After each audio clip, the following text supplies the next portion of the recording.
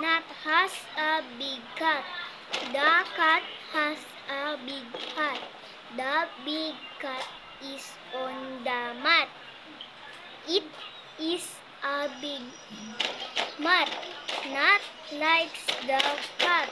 Nat likes the hat. Nat likes the mat. Okay. Has a pet. Hen.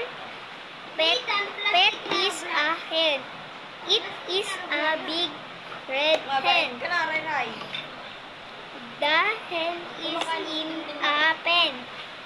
The hen lies geese. The hen has net egg. Has a pig. It is big. It is a pink pig. Pig. Tim is his pig went up the hill. Dadami na silang kitambay Tim dito sa bahay nyo. love is pig. Bob went for a jog. It was so hot. He sat on a big log. He was a cow and a frog. The cow is big. The frog is small. Is a bus. The lights are on the bus. There is a sun. There is the sun. There is a bug. Riding the bus is fun. Ng aming bahay ay may puno. Ito ay puno ng kainito. Masarap at matamis ang bunga nito. Ang aking papa ay may pitaka. Madami itong laman na pera.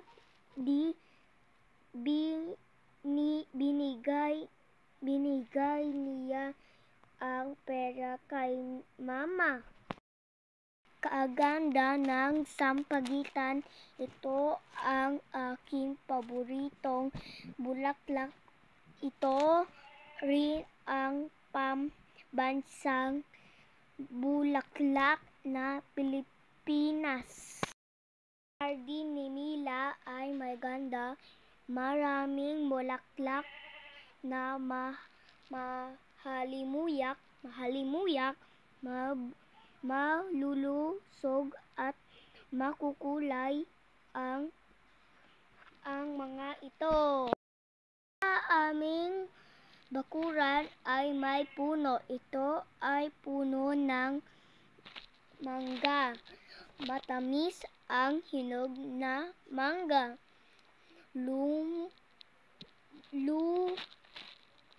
Mula sa bakuran. Lapis. Ako ay may lapis. Ang aking lapis ay bago. Ito ay kulay dilaw. Ginagamit ko ang lapis sa pagsusulat at pangguhit. Aming bahay. Nakatira kami sa maliit na bahay. Ang aming bahay ay may bubong. May isa itong pintuan at may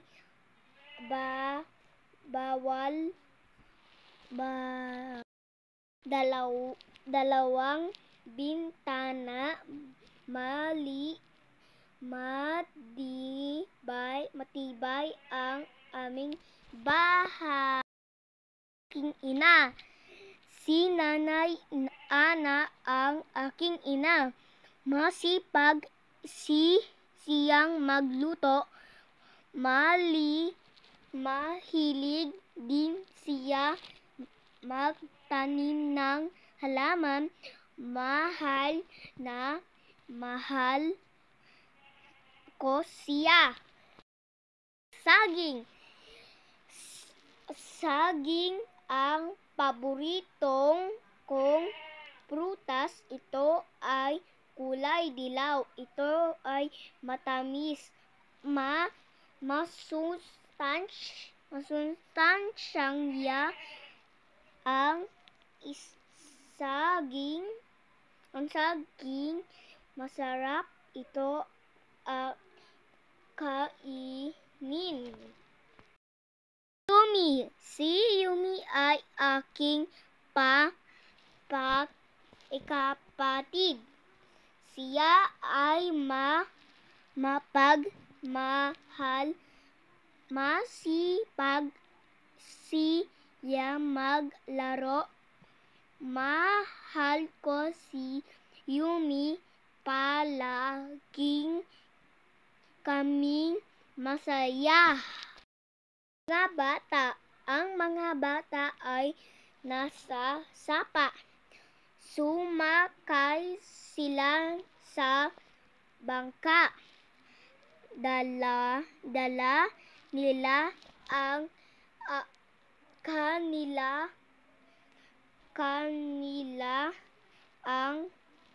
kanilang mga alaga. Masaya ang mga bata sa sapa.